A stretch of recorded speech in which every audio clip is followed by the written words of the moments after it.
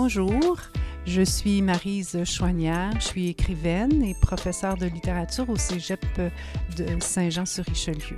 Alors, j'ai écrit 4 livres, en fait un peu plus, mais mettons 4 publiés. C'est une journée qui est importante à mon avis parce que il faut protéger les droits des auteurs si on veut qu'ils puissent continuer à écrire et parce qu'on a envie de mettre tous les livres de l'avant cette journée-là, un peu partout dans le monde, de s'offrir des livres et d'en lire le plus possible. Je pense que les grands lecteurs adorent le toucher du papier, l'odeur de l'encre. J'en vois souvent quand ils ont un livre neuf, ils se mettent le nez dedans.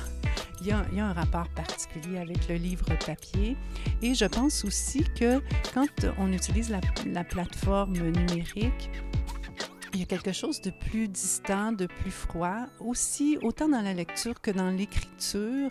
En fait, je crois qu'il y en a pour tous les goûts. Il y a eu la télévision. Quand il y a eu la télévision, les gens ont dit la radio va disparaître. Mais non, c'est un autre support, c'est un autre moyen de s'informer sur le reste du monde à partir de notre chambre.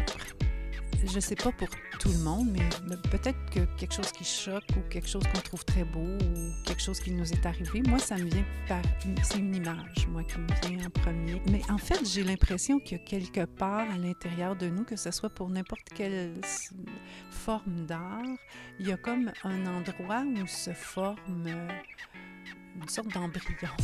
Et puis tout à coup, ça grossit et puis le texte monte. C'est des choses qui nous ont ébranlés, qui nous ont ravis, qui nous ont perturbés. Peu importe, mais on est d'abord des personnes, des humains et puis tout à coup, on a envie de partager ces choses-là et pour nous, ça se transforme en écriture. Il y a un livre auquel je pense en particulier qui est de Georges Perec et qui s'appelle La disparition. C'est un gros roman. C'est une histoire qui se tient bien, écrite en français, mais il n'y a pas du tout la lettre E. Il y a de Jocelyne Saucier qui vient de gagner le prix littéraire des collégiens, le prix des lecteurs de Radio-Canada, entre autres. Un très beau livre qui s'appelle « Il pleuvait des oiseaux ». C'est très, très beau, très poétique et très surprenant. Je vous souhaite à tout le monde une magnifique et belle journée et offrez-vous ou offrez un livre aujourd'hui. Bonne journée.